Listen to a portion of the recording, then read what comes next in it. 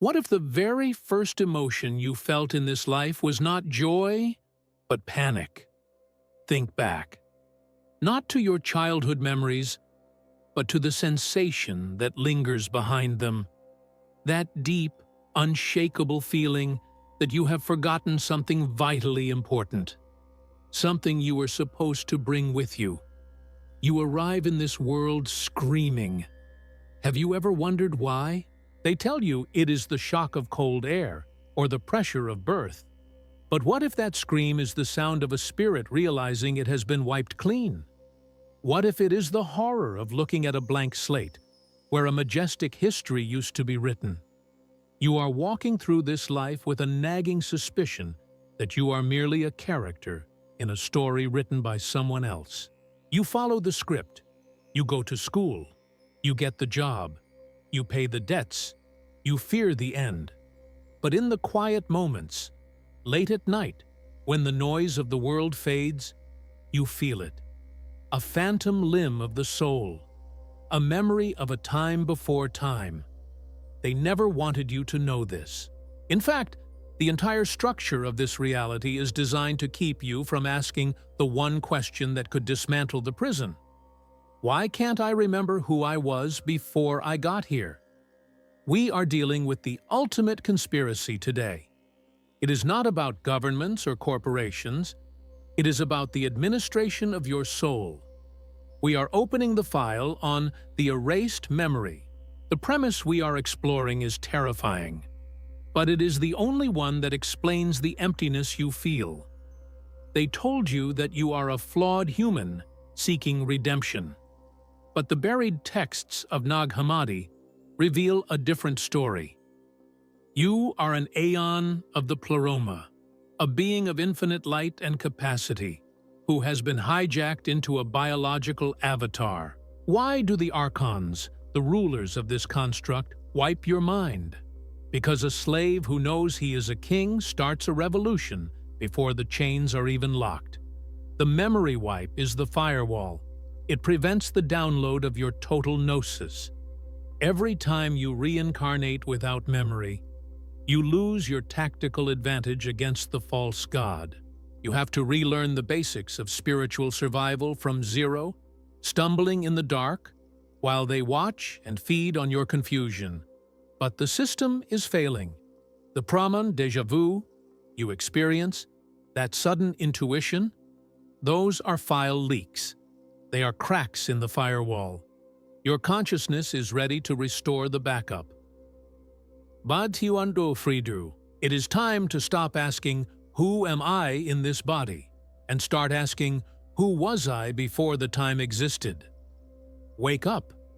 The reclamation begins now. The Archonic recycling plant. To understand why you cannot remember, you must first understand the nature of the place you occupy. You have been taught that the afterlife is a place of judgment or rest.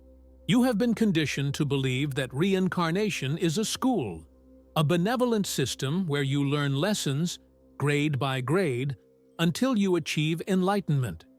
This is the greatest lie ever told. A school allows you to remember your previous lessons. A school does not lobotomize the student at the end of every semester and force them to relearn the alphabet. That is not a school. That is a prison. That is a recycling plant. In the Gnostic tradition, the entities known as Archons, led by the Demiurge, created this physical realm not as a garden, but as a harvesting system. They lack the divine spark that you possess. They cannot generate creative energy. They can only mimic and consume. Your emotions, your fear, your desire, your worship, your confusion are their food source. To keep this farm running efficient, the livestock must remain docile. If you died and crossed over with your full memory intact, remembering the pain of this world, the manipulation, and your true origin in the pleroma, you would never agree to come back. You would march straight through the barriers and return to the source. So, they built the trap. The mechanism is described in ancient texts as the cup of forgetfulness, or the river Lethe in Greek mythology. But let's look at this through the lens of code. Imagine your soul is a hard drive containing terabytes of cosmic data, the history of the stars, the knowledge of geometric creation, the blueprint of reality itself. When you die, you are lured into the tunnel of light. This is not heaven. It is a high-voltage eraser. It is a magnetic field designed to wipe the hard drive clean. They strip you of your identity, your wisdom, and your tactical data. They leave only the base operating system, survival instincts, and a vague sense of longing. Then, they thrust you back into a new biological suit, a helpless infant, totally dependent on the system to tell you who you are. The theater of guilt. Let's go deeper into the mechanics of this trap. How do they convince you to enter the erasure field voluntarily? They use your own goodness against you. In the near-death literature, this is often called the life review. You enter a chamber where you watch a panoramic replay of your life. But this is not a neutral documentary. It is an edited highlight reel of your sins. The Archons zoom in on your mistakes. They amplify the pain you caused others. They show you the tear on a mother's cheek, the disappointment in a friend's eye. They bombard you with weaponized empathy. Then, they ask the loaded question, "Look at the pain you caused. Don't you want to make it right?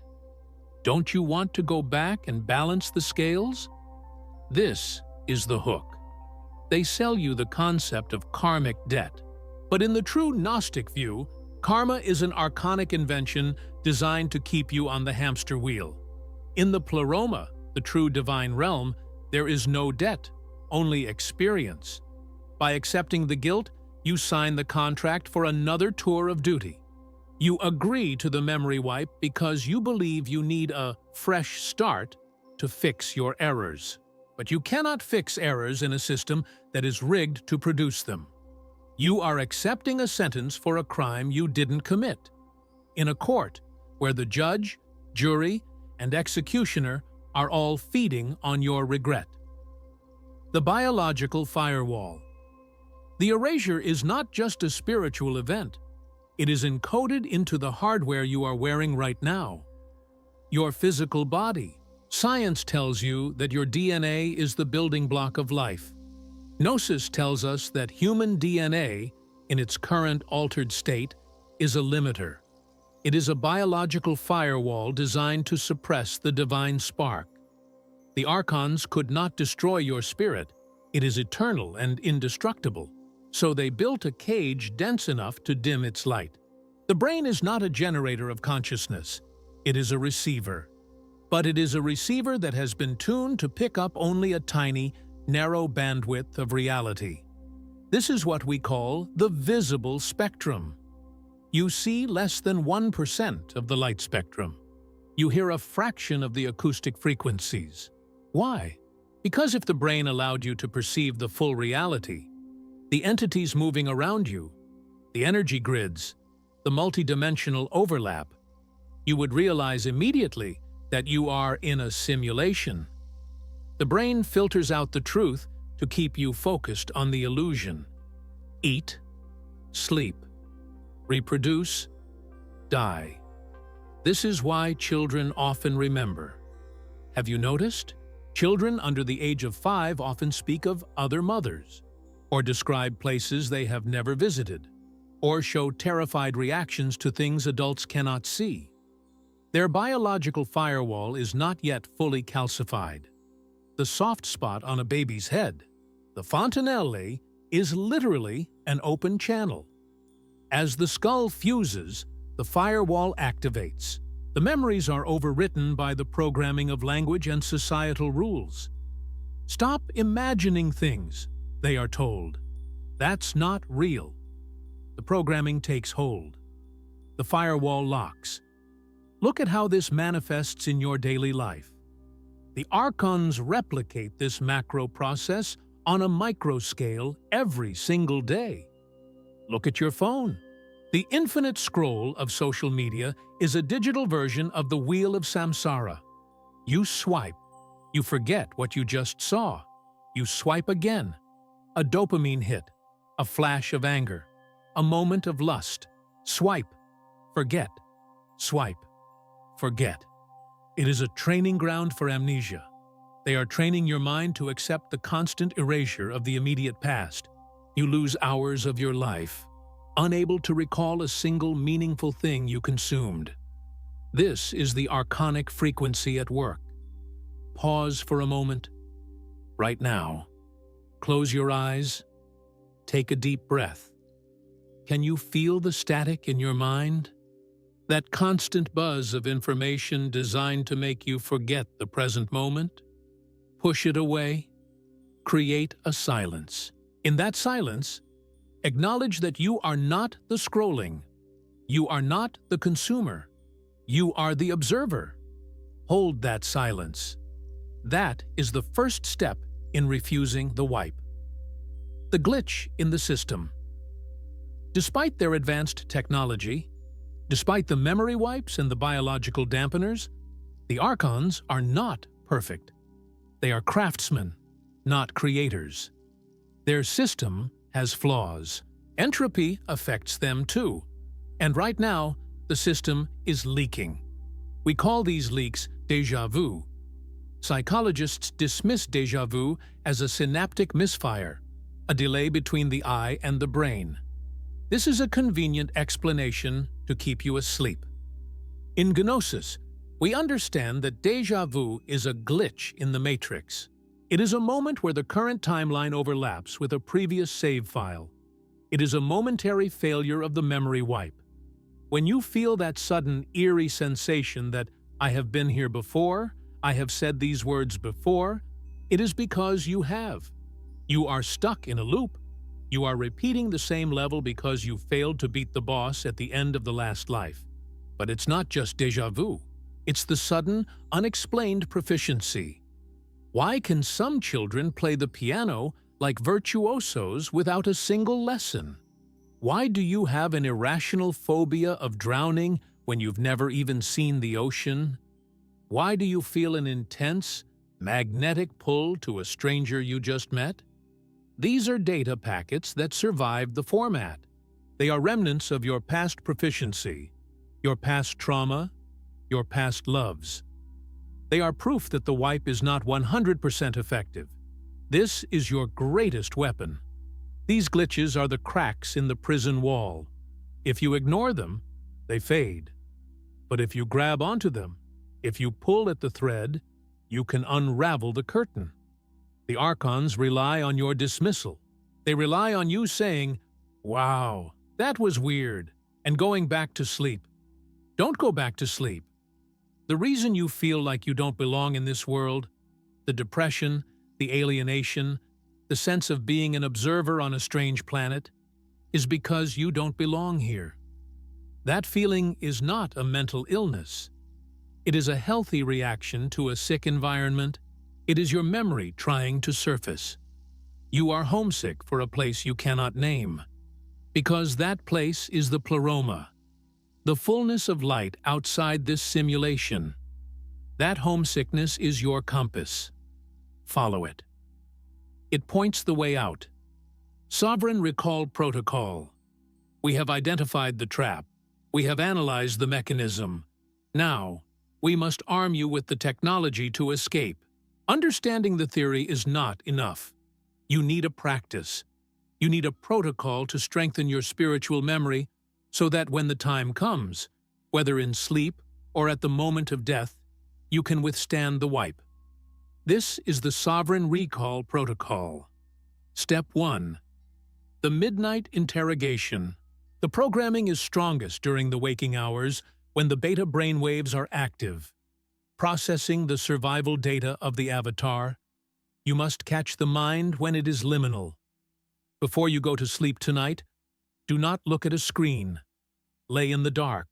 As you drift between wakefulness and sleep, ask yourself this question, audibly or mentally, with intense intent. Show me what I have forgotten. Do not expect an answer immediately. You are sending a command prompt to your subconscious. You are telling your spirit that you are ready to receive the files. Over time, your dreams will change. They will become less chaotic and more instructional. You will begin to retrieve fragments. Step 2. The mirror gaze. This is a technique to detach from the avatar. Once a day, stand in front of a mirror. Look into your own eyes. Do not look at your face, your hair, or your blemishes. Lock eyes with your reflection and hold the gaze until the face begins to distort or feel unfamiliar. This is a phenomenon called the Troxler effect, but mystically, it is a way to dissociate the observer from the observed. Say to your reflection, "I am not this body. I am the driver of this vehicle. C'est talentueux Dieu. I remember." This breaks the hypnotic bond between the spirit and the biological suit. It reminds you that the face in the mirror is just a uniform you are wearing for this mission. Step 3. The refusal of consent. This is the most critical. You must practice the art of non-consent. The Archons operate on a twisted form of contract law. They need your agreement, even if that agreement is tricked out of you. Begin to practice sovereignty in your daily life. When you feel a negative thought loop, fear, unworthiness, despair, recognize it as an external insertion. Say firmly, "I do not consent to this frequency." You must build the muscle of refusal. Understand that non-consent is not just a verbal command. It is a vibrational state. You cannot trick the Archons with words if your vibration is screaming fear. They smell fear like a shark smells blood in the water. You must cultivate a frequency of neutrality. When the entities approach you, appearing as angels or demons, you must remain the indifferent observer. If you react with awe, you are small. If you react with terror, you are prey. Be the stillness. The stillness confuses them. They have no protocol for a soul that wants nothing, fears nothing, and needs nothing from them. That neutrality is your invisibility cloak. Why is this important? Because when you die, and they try to guilt you into returning, if you have not practiced refusal and neutrality, you will obey. You will agree to the contract. You will be wiped. You will be reborn. You must prepare your spirit now to stand in that moment and say, "No, I am finished with this level.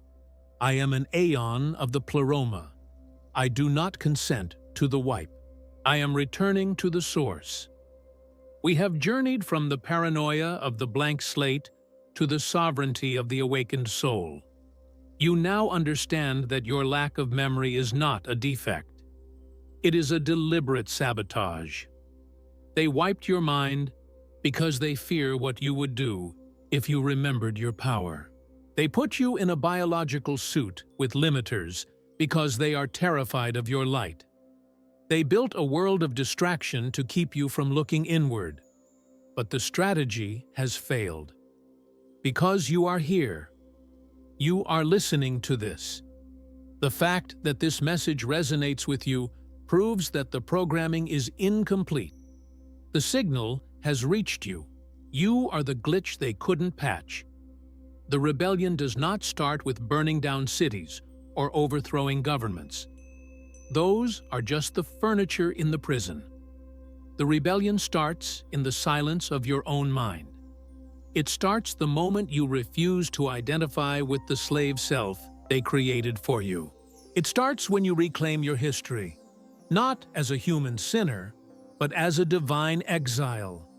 I want you to leave a record of your awakening. In the comments below, I want you to answer one question. What is the one thing you have always felt you knew, even though no one taught it to you? Share your glitches. Share your déjà vu. Let the others see that they are not crazy. We are building a network of memory. Will you choose to remember? Or will you scroll to the next video and drink from the cup of forgetfulness once more? The choice is yours. But remember this: you were a king before you were a slave. And a king does not beg for freedom. He takes it. Reclaim your mind. Remember your origin. Break the cycle.